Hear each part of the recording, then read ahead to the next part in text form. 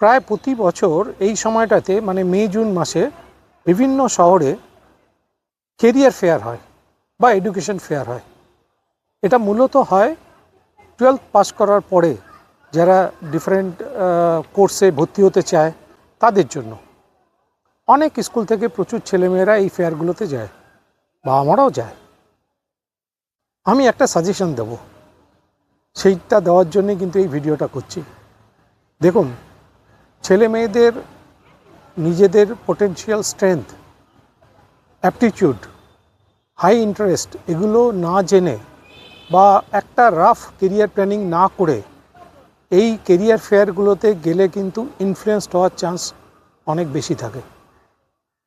ঠিক আছে, কারণ এই কেরিয়ার ফেয়ারগুলো মূলত প্রাইভেটলি অর্গানাইজড হয় এবং tyre 3, tyre 4 private universities, private institutes এইগুলোতে, টেকনিক্যাল ইনস্টিটিউট এইগুলোতে অংশগ্রহণ করে।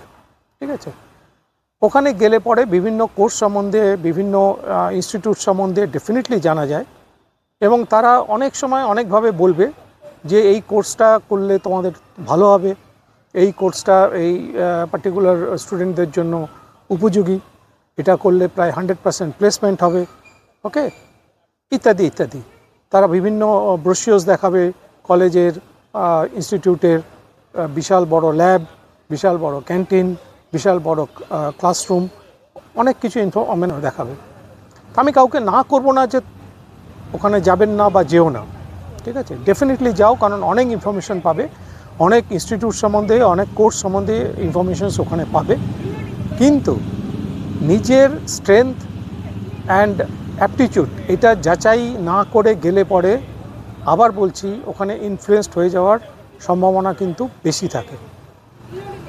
আমি বলবো যে তোমরা যারা যাবে বা আমরা যারা যাবেন তারা ওখানে গিয়ে বিভিন্ন ইনফরমেশন কালেক্ট করুন, বাড়িতে এসে ভালো করে রিসার্চ করুন, আপনার ছেলে মেয়েদের অ্যাপটিটিউডটা জানুন, কোন কোর্সটা বা কোন কেরিয়ার তাদের জন্য উপযুক্ত হবে, তারপরে ডিসিশন নিন। ঠিক আছে, কারণ ওখানে গিয়ে ওরা হয়তো বলতেই পারে যে দেখুন 30 তারিখের মধ্যে যদি অ্যাডমিশন নেন তাহলে আমরা 5% কি 10% ডিসকাউন্ট দেবো। এখানে অ্যাডমিশন নিলে আপনার ছেলেমেয়েরা 100% প্লেসমেন্ট পাবে, ইত্যাদি নানান রকম। এইগুলো কিন্তু আপনারা একটু ভেবে দেখবেন, কারণ যেখানে আজকের দিনে আইআইটির মতো ইনস্টিটিউটে 70 to 75% প্লেসমেন্ট হয়, সেখানে একটা টায়ার 3 বা টায়ার 4 ইনস্টিটিউট বা ইউনিভার্সিটি কী করে আপনাকে 100% প্লেসমেন্ট অ্যাসিওর করবে, সেগুলো একটু ভেবে দেখার জরুরি।